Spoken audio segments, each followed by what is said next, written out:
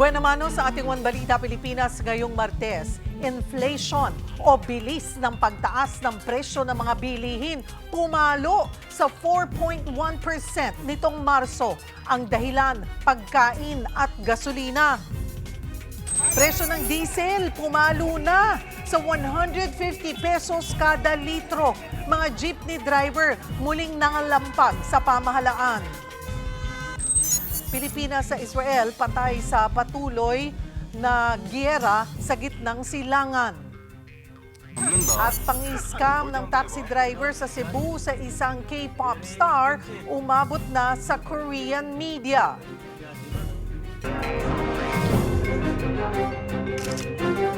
Magandang taghali, Luzon, Visayas at Mindanao. Thank you for joining us. Good afternoon sa mga nanonood sa guide. Ang buting utang, kumikita sa mga utang, kumikita. Nagsana ang mga paluwa sa kanilang mga probinsya. Hola! One Balita, Pilipinas!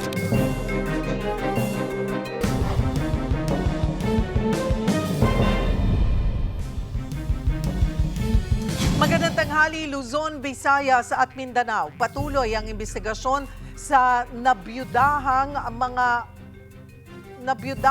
insidente o navideohang mga insidente ng paihi o pagnanakaw ng diesel, pati ng nag-iimbak ng petrolyo sa loob ng kanilang bahay sa Quezon City. Magbabalita si Gary De Leon. March 31, nasa pool sa CCTV ng tabihan ng kotseng ito ng isang nakaparadang truck sa Corvette Street, Barangay West Fairview sa Quezon City. Maya-maya, binuksan ng sakay ng kotse ang pinto sa likod. Kapansin-pansin ang nilabas nitong hose at iba pang mga gamit. Saka siya lumapit sa nakaparadang truck. Ilang minuto rin doon si Kuya bago muling sumakay sa kanyang kotse. Ang motoristang ito, winasak pala ang gas tank ng truck at sinipsip ang diesel na laman nito patungo sa drum na nakalagay sa likod ng kanyang kotse. Ang may-ari ng truck na sorpresa na lang na ayaw nang tumakbo ang kanyang truck. May biyahe kasi kami nung madaling araw. Tapos yung driver namin nakita, ba't empty? Full tank lang namin eh. Nasa 10,000 piso pa naman ang magwa-full tank. Nang silipin ang gilid ng truck, dito na nila nadiskubre na nabiktima sila ng paihi. Tapos nakita niya nga dun sa mismong gas tank, sira na yung cap. Tapos pagkatingin nga namin, wala na talagang gas. Na-delay tuloy ang delivery nila ng baboy sa slaughterhouse. Nagpa-blatter na sa pulis at barangay ang driver ng truck. Bago ito, na-videoan ng ilang residente sa Barangay Sacred Heart ang tanker na ito noong Sabado de Gloria na naglilipat umano ng diesel sa tangke sa isang residential area. Nabahala ang mga residente dahil pwede itong pagmulan ng sunog. Sabog yan. Kasi ang ginagawa dyan, meron dyan nagwe-welding, mayroon nagva-varnish, may nagpipintura, may naninigarilyo. So lahat may risk. At saka sa init pa. Kahapon, nagsagawa na re-inspection ang Bureau of Fire Protection. Yun nga lang, walang tao sa lugar. Ayon sa BFP, 12,000 liters ng diesel ang naiload sa tangke. At hetero ang dahilan. According sa initial investigation ng mga tao na nandyan, for private consumption lang kasi accordingly may tracking business yung may-ari niyan. So parang bumili siya ng diesel from supplier, dyan niya inilagay. Para sa 1PH, Gary De Leon, News 5. Inanunsyo ng Philippine Statistics Authority na bumilis sa 4.1% ang inflation o bilis ng pagmahal ng mga bilihin ngayong Marso. Ang pinaka-apektado rito, mga minimum wage earner. Himayin natin sa pagbabalita ni Mobile Journal Ray Vicente. Ray, una sa lahat, ano ba ang ibig sabihin ng inflation?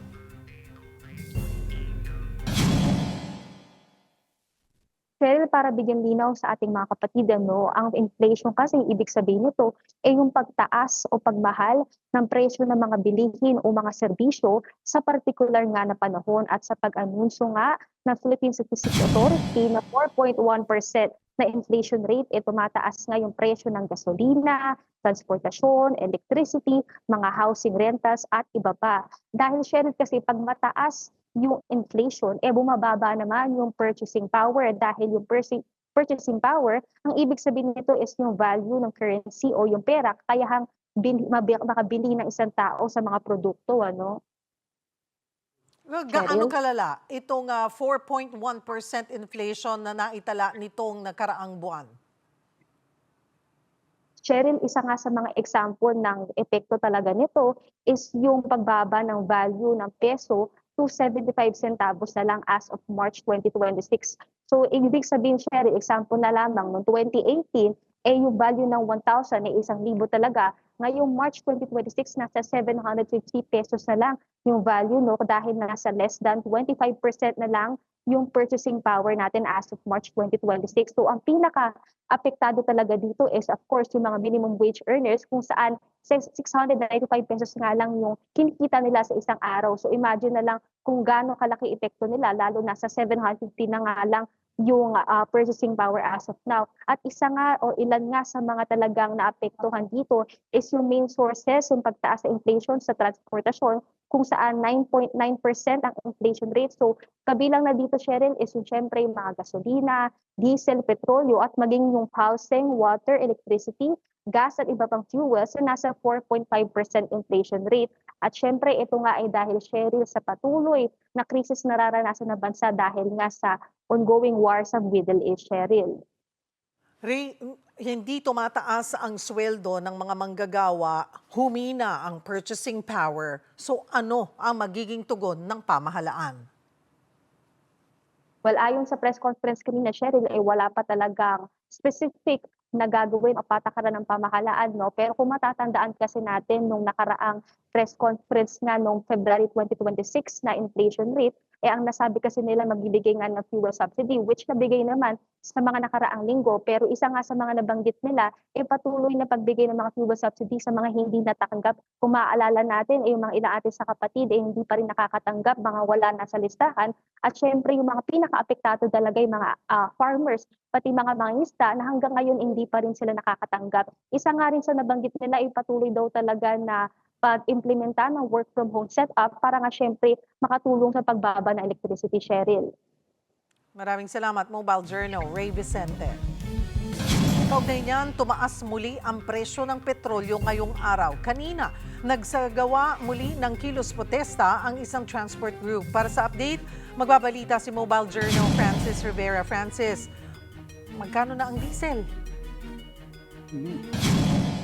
Cheryl, nandito ako ngayon sa Paranaque at so far, ang pinakamahal na nakita natin sa pag-iikot-ikot natin dito ay 170 pesos kada litro. Meron ding 160 at ang pinakamura na nakita ko ay nasa 150 pesos. Ang gasolina naman nasa mahigit 100 pesos. Ngayong linggo kasi dagdag 18 to 19 pesos ang kada litro ng diesel at 4 to 5 pesos naman para sa gas. Kanina, naglunsad ng noise barrage ang grupong Piston dito sa Baclaran. Panawagan pa rin nila, tanggalin na ang VAT at excise tax para sa langis. Gayon din ang pagpapabuwag ng oil deregulation law. Tinapos din nila ang protesta pasado alas 11 ng umaga dahil kailangan din nilang bubiyahe para daw may maiuwi pa. Pero Cheryl, dito sa kinakatayuan ko ngayon, no, ay makikita natin na may mga hilera ng mga jeep dito sa aking likuran at ilan nga rito ay hindi na pumapasada o yung ilan dito mga tsuper nagpapahinga, pero ilan din sa mga jeep na nandito kumbaga sinurrender na nila at nagtigil pasada na yung ibang tsuper at yung kalahati raw sa mga miyembro ng Piston dito halos tumigil muna sa pamamasada dahil hindi na raw talaga kaya yung taas at bigat ng presyo ng mga petrolyo, no? Kanina may mga nakausap tayong jeepney driver o mga tsuper dito at ayon nga sa kanila kapag pa pumalo ng 200 pesos kada litro ang diesel baka mapilitan na talaga silang magtigil pasada at yung iba nga baka umuwi na lang daw ng probinsya. Pakinggan natin ang pahayag ni MBDI JODA President Eduardo Velia. Malalaman natin ngayon pagdating ng hapon kung mayroon pa ba talagang kagaya ng barya na nga lang inuwi, ngayong 170 na, baka pati yung barya na wala na po, baka doon na po napunta sa diesel. Yung iba kasi hindi na sila bumabiyahe dahil hindi na nila kaya. Yung iba naman po, mga operator na lang po yung bumabiyahe. Kaya po, nire-request po natin sa ating Pangulo, binigyan na po siya ng emergency power, bakit hindi pa po ninyo ipatupad na pasamantalang tanggalin yung VAT sa langis? Cheryl, nagtanong-tanong din tayo sa mga ilang commuter dito at meron nga sa kanila talagang sinusobrahan at kapag nagbayad sila hindi na nga raw talaga hinihingi yung sukle. Ito raw talagang tulong nila para sa ating mga tsuper dahil maging sila ramdam na daw talaga ang bigat at ang hirap ng isang pagiging tsuper at ang pagkamahal ng presyo ng gasolina at ng diesel at maging sila nga no ay talagang yung emosyon nila ay talagang nagagalit at naaawa sila sa mga kalagayan ng ating mga tsuper. Katulad na lang ni Nanay Len na hindi na maiwasan talaga magalit at maawa sa mga tsuper. Ito, pakinggan natin ang kanyang pahayag. Magagalit yung isip ko. Bakit ang taas? Hindi naman nagtaas yung mga sweldo, tapos yung mga bilhin, mataas din. Saan tayo kukuha ng pang-araw-araw kung ganun kataas naman yung presyo? Kawawa sila. Kasi siyempre, pare-parehas kami. Kung kawawa tayo, mas para sa akin, mas kawawa sila. Kasi sila yung nagtasuffer eh. Cheryl? Maraming salamat. Mobile Journal, Francis Rivera. Update sa Middle East, isa na namang Pinay ang nasawi matapos madamay sa missile attack ng Iran sa Israel. Ayon sa Department of Foreign Affairs, kasama ang Pinay sa 4 na nasawi ng pasabugin ng Iran ang isang residential area sa Haifa noong linggo. Namatay din sa pag-atake ang asawa niyang Israeli ng Pinay at ang kanyang mga biyanan. Nakikipag-ugnayan na ang Philippine Embassy sa Tel Aviv sa pamilya ng Pinay para maiuwi ang kanyang mga labi. Sa ngayon, hindi pa rin humuhupa ang gyera. Nagbanta pa nga si US President Donald Trump na lalong pupulbusin ang Iran kung hindi pa rin ito bubuksan ang Strait of Hormuz. Hanggang ngayong araw lang ang ibinigay na palugit ni Trump sa Iran.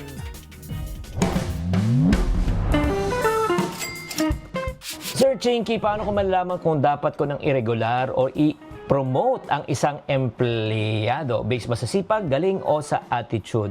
Yan ang pag-uusapan natin. Hi there, dear Chinky Tan, your pambansang wealth coach. Shout out sa mga employers at mga managers. Siguro isa sa pinakamahalagang desisyon na kailangan mong matutunan paano man natin ipopromote o i-regular na isang tao. Number 1, mahalaga po based on performance. Yes. Hindi lang dapat effort or attendance, kundi resulta. Kasi yun nga, namimit ba yung targets, natatapos ba yung trabaho on time? Kasi may mga iba, busy, pero walang nangyayari. May kakilala empleyado, sir, busy ako eh. Oo. May nangyari ba? Wala, sir. Kaya ang effort is good, pero sa negosyo, results matter. Number 1, production, di ba? Performance. Number 2, attitude. O, hindi lang performance. Kahit magaling mag-perform, pero nako, yung attitude, di ba? Mahirap baguhin, mahirap kausapin, mas magaling pa sa'yo. Inaaway yung mga ibang empleyado. Kaya kailangan may feedback mechanism po kayo para sa mga kapwa-empleyado at mismo, para sa'yo, para malaman mo, ito bang taong nito nakikinig at pag pinagsabihan mo, nagtatampo. Kung mabilis magtampo yan, baka magtanim pa yan ng sama ng loob. Pangatlo, titignan din natin kung pasok ba siya sa kultura ng ating organisasyon. O, willing bang makipag-cooperate? May respeto ba sa ibang tao? Magalang ba? Hindi ba to nagdadala ng tensyon sa inyong workplace?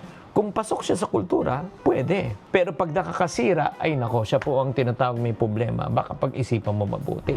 Pang-apat po, napakahalaga nito. Kailangan i-check nyo lang hindi lang for 1 month or for the first 6 months. Alam mo, first 6 months, pwede magpakitang gilas yan eh. Pero titignan natin pag naging regular na. Consistent ba ang performance? O reliable ba? May kusang palo ba? Baka paglipas ng panahon, pag inutusan mo na. Ito na yung tanong sa'yo, why? Is that part of my job description?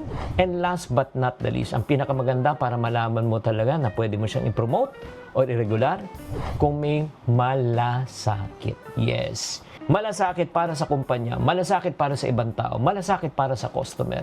Ang empleyadong may malasakit ay parang may-ari rin na mag-isip sa trabaho. Kaya titignan po natin ang basehan. Number 1, may resulta ba? Maganda ba yung attitude? Yung culture ba? Fit ba? Consistent ba? At meron bang malasakit? Yan ang yung 5 basis mo. Kung maganda tong score nito sa 5 na ito, mga kapatid, ibig sabihin, panahon na pwede mo nang irregular o i-promote. Sana nakatulong tong episode na ito. Tatandaan, tamang karunungan, tamang disiplina, ang susi sa pagyaman. Susunod, inuman sa kalsada, pamorningan sa videoke at curfew sa mga kabataan pagbabawalan sa ilalim ng tinatawag na Safer Cities Initiative. Mamaya, hihimayin natin. Yan at iba pa sa pagbabalik ng One Balita, Pilipinas.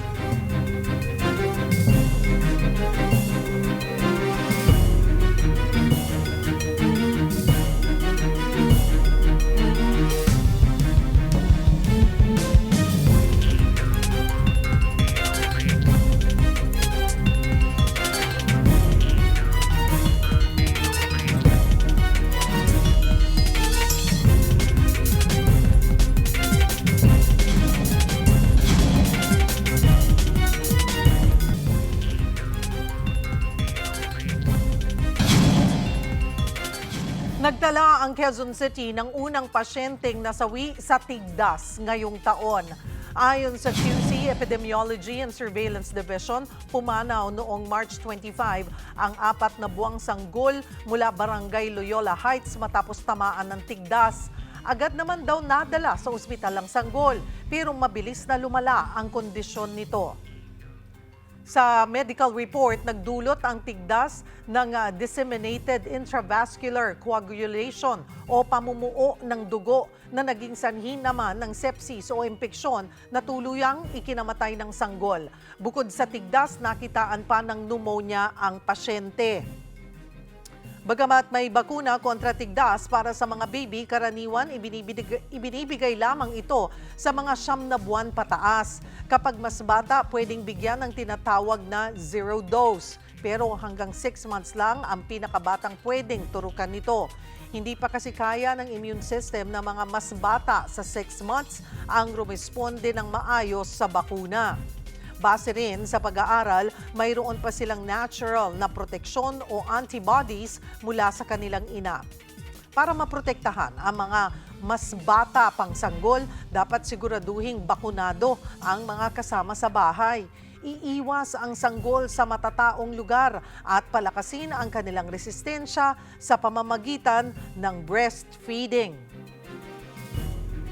Viral ang isang call center agent na naimpeksyon ang tenga dahil sa kakakutkot gamit ang cotton buds. Ang pasyente kinailangang maoperahan. Para bigyan ng mukhang balita, Mobile Journal, Yeda Pascual. Sa mga mahilig magkalikot ng cotton buds sa tenga, panoorin nyo itong nangyari sa isang dalaga sa Lipa, Batangas. Mula nung maging call center agent si Abigail, naging habit niya na ang mag-cotton buds sa tenga. Nung tinry ko pong kutkutin ng ganun, parang medyo lumalim po siya. Yung napalalim po yung ganun ng cotton buds ko. Tapos, nung matutulog na po ako, bigla siyang kumirot, sumakit po siya. Kinabukasan, nagsusumigaw na siya sa sakit. Kaya kinailangan na siyang itakbo sa ear, nose, and throat o ENT specialist. Ang siste, sabi ng doktor na itulak niya ang tutuli sa loob ng tenga na nauwi sa impeksyon. Almost 3 weeks, ito hindi po talaga siya nakakarinig. Sobrang black po, tapos naghalo yung sakit. Kasi yung sakit po niya naabot ho dini sa sentido ko hanggang sa leeg po, kahit laway o linok ng tubig, sobrang hirap po. Nakailang doktor daw siya na pawang nagre-reseta ng pain reliever. Pero habang tumatagal, tila hindi na ito tumatalab. Kaya isinailalim na siya sa operasyon. Ang kondisyon ni Abigail, tinatawag na otitis externa o foreign object sa tenga at otitis media o middle ear infection. Dahil nga kinalikot pa niya, mas nasuksok, mas namagaan na yung ears niya. It can cause hearing loss, otitis media. Yun yung pag hindi natitreat. Matapos ang operasyon, bumalik na ang pandinig ni Abigail at nawala na ang pananakit sa kanyang tenga. Paalala naman ni Doc sa mga mahilig ding maglinis ng tenga. Hindi mo kailangan magpasok ng cotton buds sa loob ng ear canal. Nagpo-produce siya ng sariling oil to moisturize yung ating skin sa loob. Pag lagi mo yung nililinis ng cotton buds, nawawala yung natural moisture niya. Mas nagdadry yung skin sa loob, kumakate.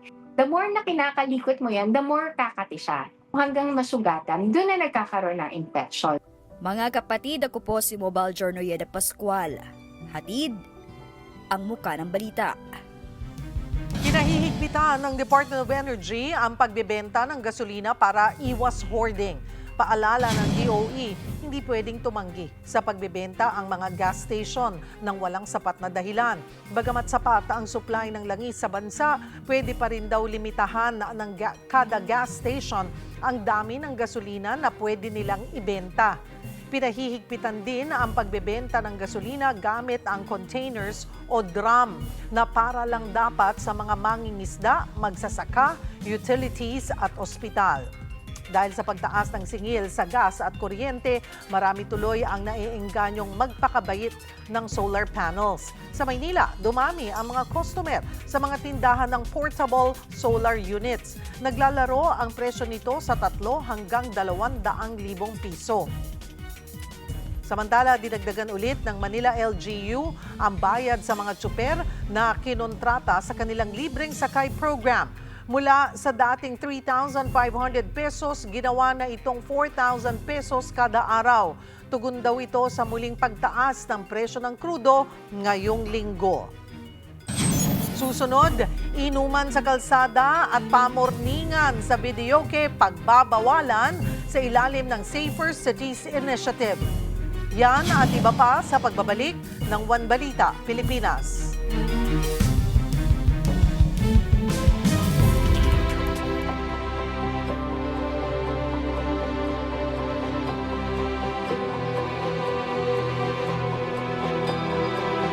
Your integrity crew is go for TLI.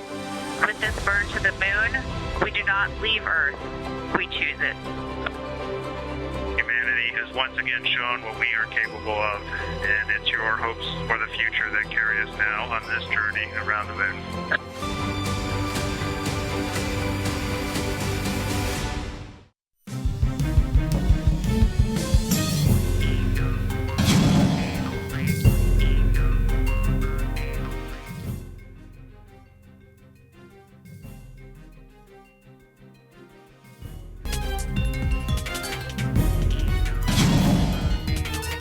Nakatakda ng kasuhan ng plunder ng Ombudsman sina former Senate President Jesus Escudero at former House Speaker Martin Romualdez kaugnay sa flood control scandal. Lumabas kasi sa investigasyon na nasabuatan umano ang 2 sa Pandarambong kaugnay ng flood control projects. Planong isampa ang kasong plunder sa Sandigan Bayan sa Mayo.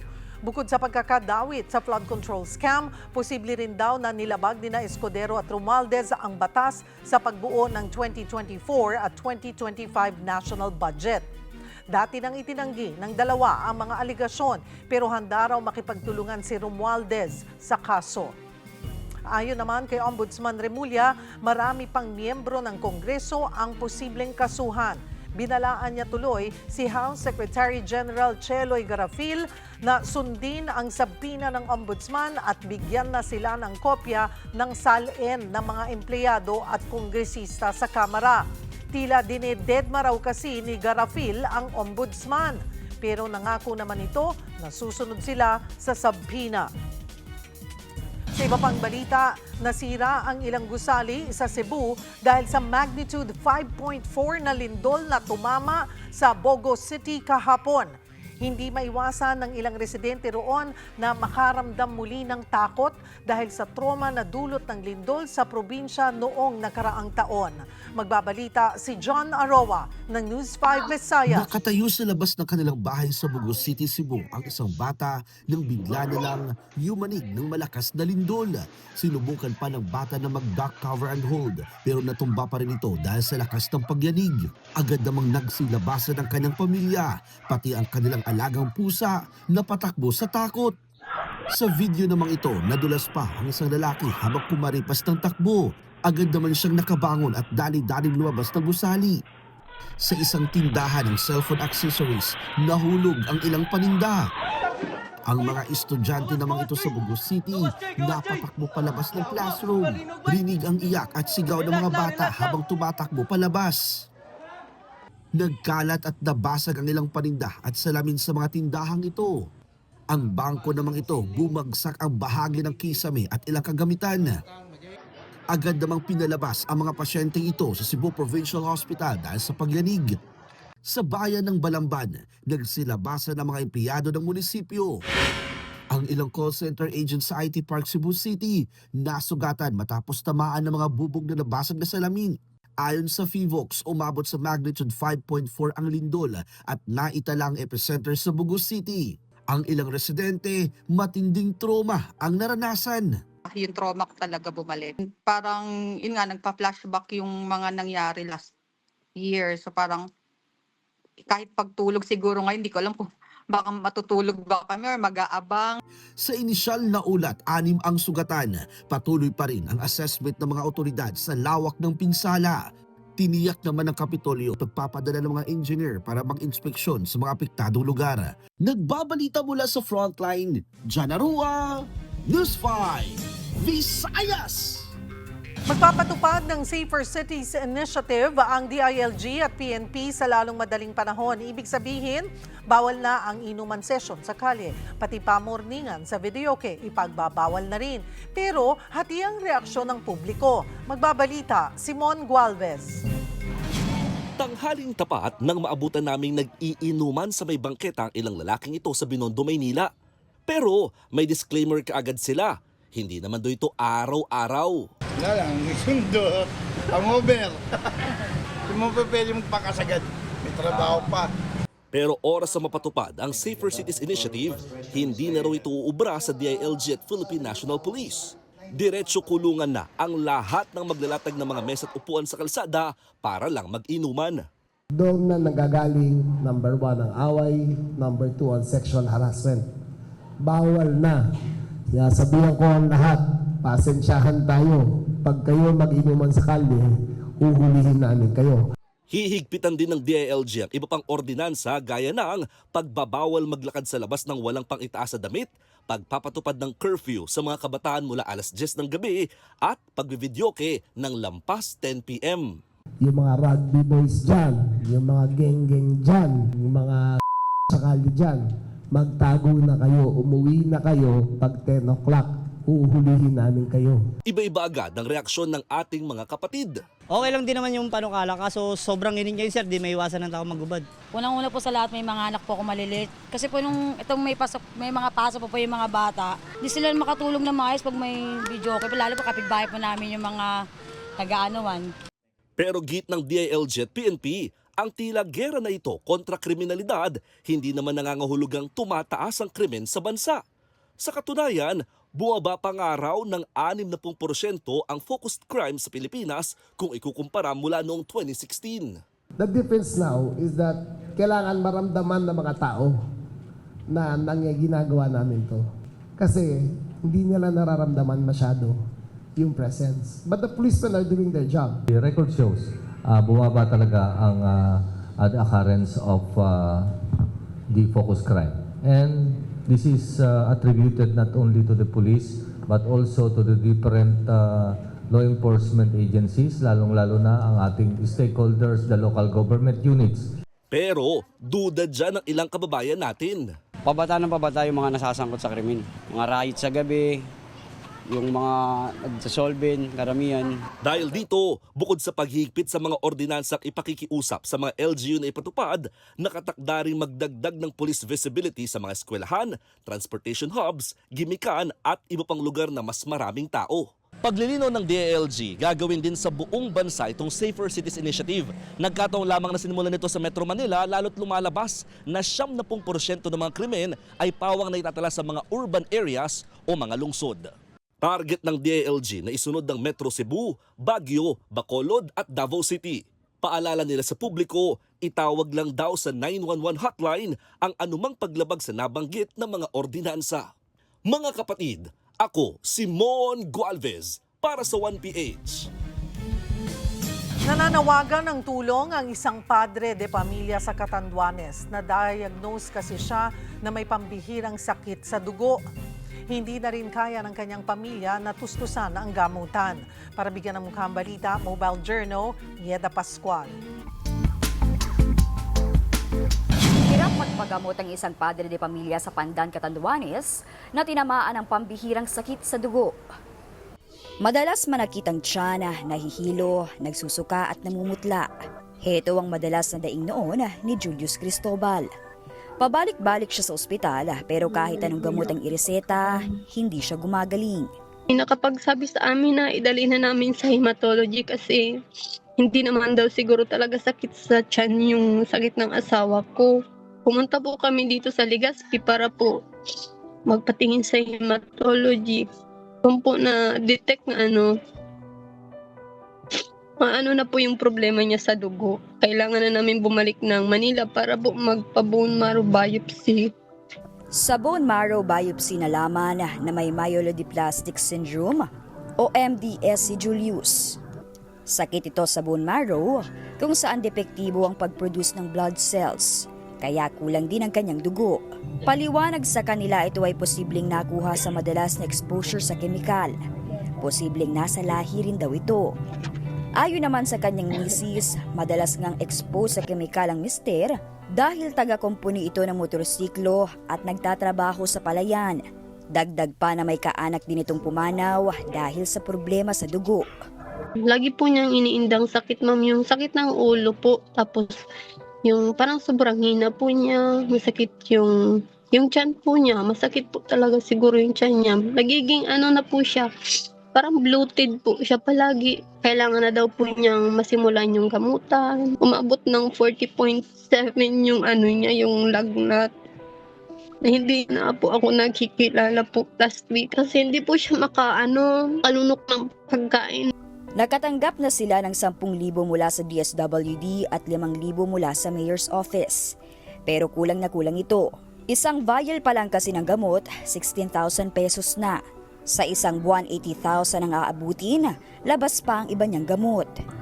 February pa raw ito nireseta, pero hanggang ngayon, hindi pa sila makabili.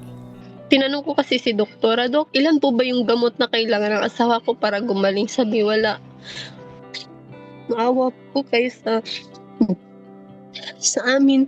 Gusto po namin makasama yung haligi ng tahanan po namin. Kasi hindi ko kaya lumaki yung mga anak ko na walang ama. Alam ko naman po na hindi po namin kaya kung wala po ng tulong niyo. Mga kapatid, ako po si Mobile Journal Pascual. Hatid ang muka ng balita. Nilinaw ng Department of Interior and Local Government na sa Metro Manila lang muna ipatutupad ang Safer Cities Initiative sa ngayon. Sa puntong ito, magkakasama natin mismo, DILG Secretary John Vic Remulla. Magandang tanghali po sa inyo, Sec. Salamat po sa pagsingit sa amin. Magandang tanghali, Cheryl. Magandang tanghali sa lahat. Secretary, ano po ba talaga yung malinaw na direksyon nitong Safer Cities Initiative? May national framework ba o kanya-kanya pa rin po ang LGUs? No, may national framework yan. Ngayon pa lang, nag-craft na kami ng memorandum circular sa lahat ng local chief, local government units na mag-draft na ng kanya-kanyang ordinance para may implement to. We're starting in Metro Manila kasi existing na sa lahat ng LGUs dito eh. But eventually, in the next 10 days, Cebu naman, Bacolod, Davao, lahat ng mga major urban centers natin, we're gonna launch this initiative to make this city safer. Hanggang saan po yung limit ng local autonomy kung ang resulta hindi uniform pa yung batas sa buong bansa? May posibilidad po ba na magkakaroon na ng model ordinances na susundin po ng lahat ng LGUs? Meron na kami, pinapadala na namin yung model ordinances. So we are now asking them to pass their own.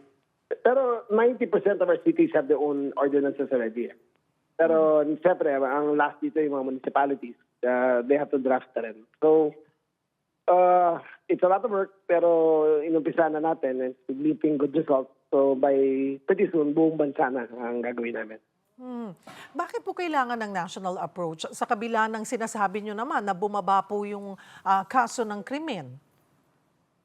Because it's never been unified. Dati, kanya-kanyang all the ordinances nandiyan na, pero wala nagpapatupad.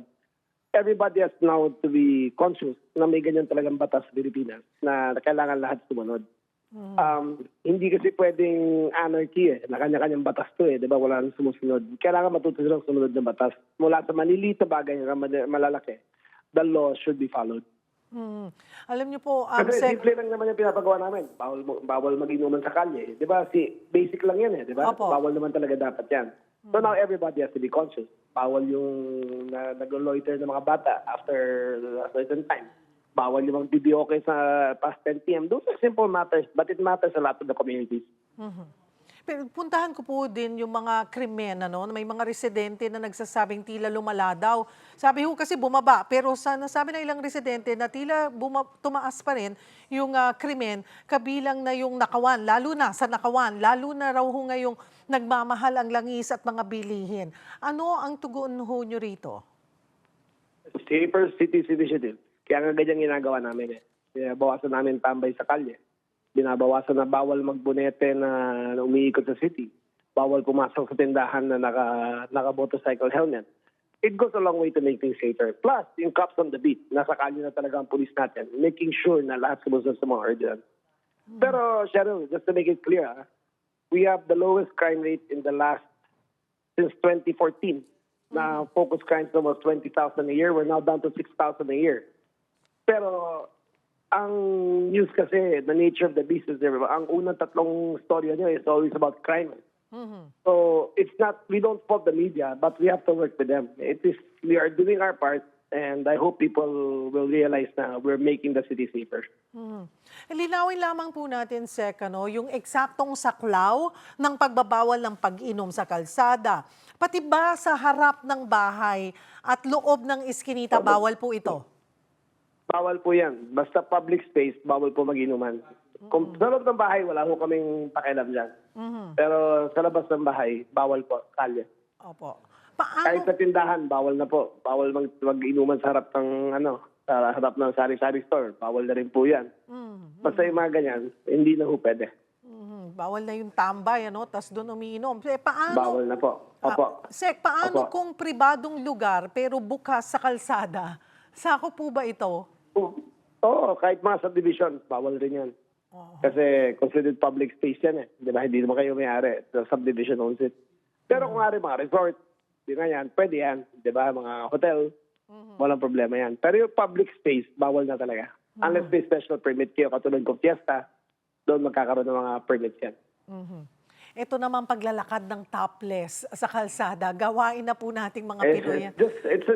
It's an exercise in civility. Pwede naman magsando, di ba? Ayun, kasi So, it's an exercise in civility. tag-init daw Sec.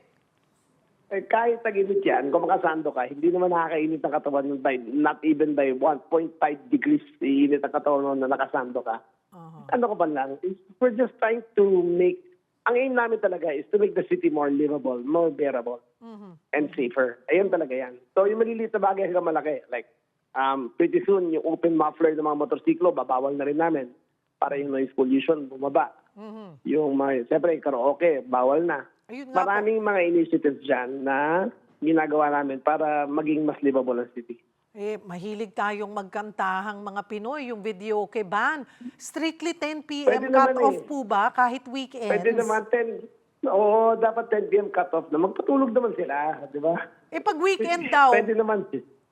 Kahit weekend, magpatulog naman sila.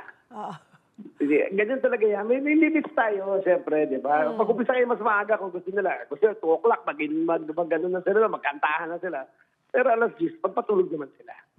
Ito, may mga humihirit pa, Sec. Kapag naman daw may okasyon, di ba, may pa-party, or tulad ng fiesta, abay, pwede bang automatic exempted na? Pwede naman. Basta ganyan, pwede sila humingi ng special permit. Okay. Diba? Pero nga rin kung mga fiestas, pwede yan. Kasi once a year. Pero hindi mo pwede lahat ng birthday. Birit Queen, Birit King ang buong Pilipinas. Hindi mo pwede ganyan.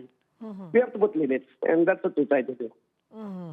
Pero pwede pa rin kumuha ng exception.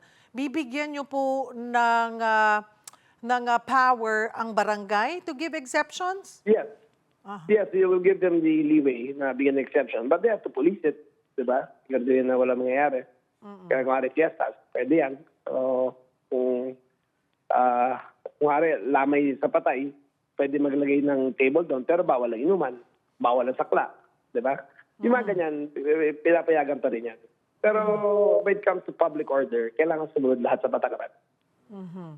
Baka kasi maging issue na, ay malakas kay Kap, kaya pinayagan. And meron, if in any event, tingin nila measures, ask them to call 911. Tumawag sila sa 911, magre-respond talaga ang police. Pero ano rin po yung magiging proseso, Sec, bago hulihin yung mga lumalabag? Pagmumultahin muna ba o kulong agad? May ano yan everything nag-umpisa sa multa hanggang kulong. So, depende na sa discretion ng judge yan o ng barangay captain anong gagawin. Gabi, first night of operation sa Quezon City, 4 agad ang nahuli. Ngayon, warning pa lang sila. Pero in the next few weeks, sisirisoy na talaga namin. Ano po ang proseso naman kapag menor de edad ang sangkot? DSWD sila dadalhin. Sila ang magbabahala dyan. Marami rin po kasing estudyante na minsan nauuwi ng late. Paano po kung lumagpas sa curfew? Papakita lang nila work or school ID nila. Tapos papakita nila, may schedule naman sila of classes. So may special dispensation para dyan. Katulad sa amin, sa Cavite, ang last shift ng trabaho starts at 10. So uwi yung mga tao doon, 10 o'clock. Iba doon, 18 years old, pakita lang na yung work permit nila, papayagan naman sila. Pero yung mga gang-gang, yung mga rugby boys, yung mga tambay dyan, hahawiin na talaga namin yan. Tama na yung kaguluhan nila. Paano po ninyo imo-monitor kung epektibo ang ordinansang ito? May metrics ba tulad ng pagbaba ng crime rate? Ano yung gagawin po ng DILG sa mga LGU na hindi sumusunod o kulang sa pagpapatupad? The only metric that counts is that people feel safer. So we'll have annual surveys or quarterly surveys, like kung if it's working or not, para makita natin na, kasi kami report mababa focus crime, which is true, mababa ang criminality sa atin. But people still don't feel safe. Kasi nga, in the news, your first 3 stories are always about crime.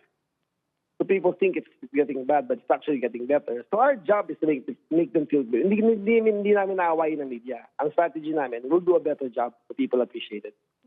Paano po ninyo maiiwasan yung selective enforcement o pang-aabuso sa pagpapatupad ng ordinansa nito?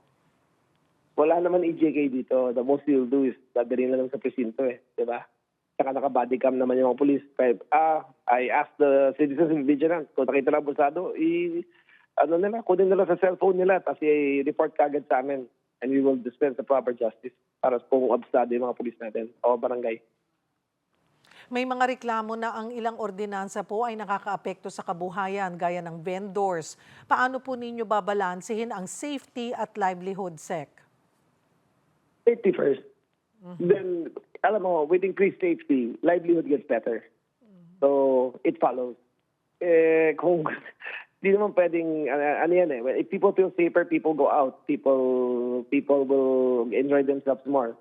Pero yung livelihood na yan, there is always a trade-off. I would rather be safe first, then livelihood will eventually get better, for sure. So bawal na po yung mga nagtitinda na mga vendor sa kalsada pag lumagpas na po sa curfew? Paano po Bawal magtinda ng alcohol, siyempre, di ba? Bawal magtinda ng pulutan sa mga nagiinuman. Yung mga kanyang bawal na yan. Pero there's nothing wrong na bukas pa rin yung mga tindahan, di ba? Hindi man pwede magbawal yan. Paano po masisigurong hindi nalalabag ang karapatang pantao sa ilalim ng mas mahigpit na ordinansa? Again, your phone is your best defense. Videohan niyo kung abusado yung mga pulis. I-report kagad sa amin. Siguro po, magkailan ito talaga ipatutupad strictly? Dito po muna sa NCR, Sec. At ano po ang mensahe paalala natin sa mga kababayan natin? Mga kababayan, ginagawa lang natin na mas kahit paano maibsan natin yung kriminalidad dito sa kalye. Nag-uumpisa sa maliit, dadating sa malaki. Kaya yung mga inuman na yan, dyan nag-uumpisa ang basagulo. Yung mga inuman na yan, dyan nag-uumpisa ang sexual harassment. Yung mga batang mga pakalat-kalat, natututo magloko. Lahat yan, titiisin nyo na gagawin namin lahat para patupad ang batas. But we assure you that it's for the betterment of the community. Para sa bayan to, para maging safe ang para safe ang lansangan, para safe ang mga buhay biyahe. Imagine mo magulang na araw-araw anak nila nagkatrabaho. alam nila na makakauwi ng balay ng anak nila dahil mas maganda ang enforcement namin na batas. Marami pong salamat sa inyong oras, DILG Secretary John Vic Remulla.